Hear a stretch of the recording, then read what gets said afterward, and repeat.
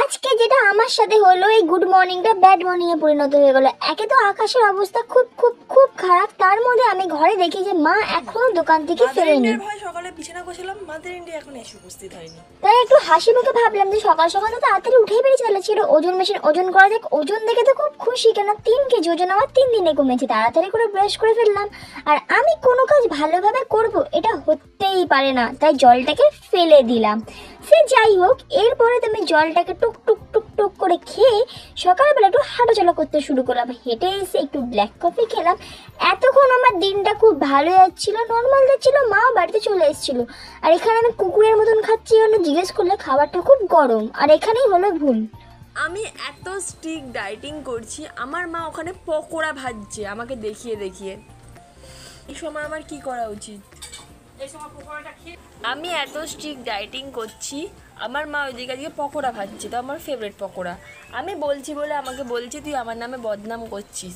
এই সময় আমার কি করা উচিত? অপশান এ, আমার পকোড়াটা খেয়ে নেওয়া উচিত। অপশান বি, পকোড়াটাকে দেখে লোভ দেওয়া উচিত।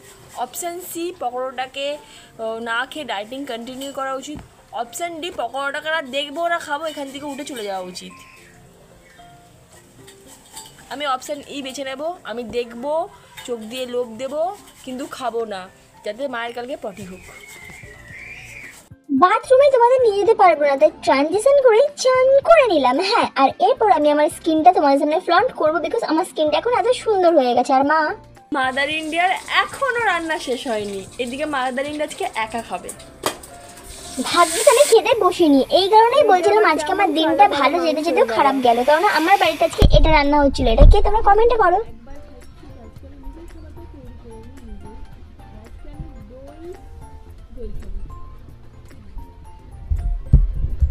যেহেতু আমি স্ট্রিক্ট ডায়েট করছি, তাই জন্য আজকে আমি দই, চিয়া সিডস, কাঁঠাল আর কিছু বেরিজ খাবো। আর দইয়ের মধ্যে একটুখানি মধু মিশিয়ে নিয়েছি, দইটা মিষ্টি লাগুক। এমনি আমার জীবনে পুরো তিতো হয়ে আছে ভাই।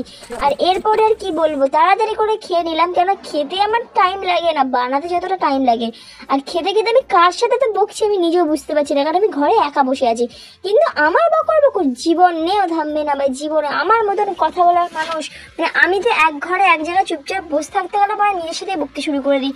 আর জানি না আমার মতন এরকম পাগলা পানা কে কি করে। বাই দেবে আজকে তোমরা ডিনারে কি খেলে বা তোমরা দুপুরে কি খেলে কমেন্টে জানাও। আর তোমাদের দিনটা ভালো কাটলো না খারাপ? আমার দিনটা মিক্স কেটেছে। এই ডায়েট করে না আমি পাগল হয়ে যাচ্ছি, সত্যি বলছি। ডায়েট করে আমি পুরো পাগল হয়ে যাচ্ছি, জানি না ওজনটা কবে পুরোপুরি নর্মাল হবে। এরপর তুমি দিলাম টানা একটা ঘুম থেকে উঠে নিজেই বানালাম নিজের জন্য। এইটা কাটানোর জন্য খেলাম 1 কাপ গ্রিন টি। তারপর আমি রেডি হলাম, একটু পাউডার মাখলাম, একটু লাইনার দিলাম, সুন্দর একটা জামা পরলাম। কোথায় যাচ্ছি সেটা তো জানতেই পারবে। আর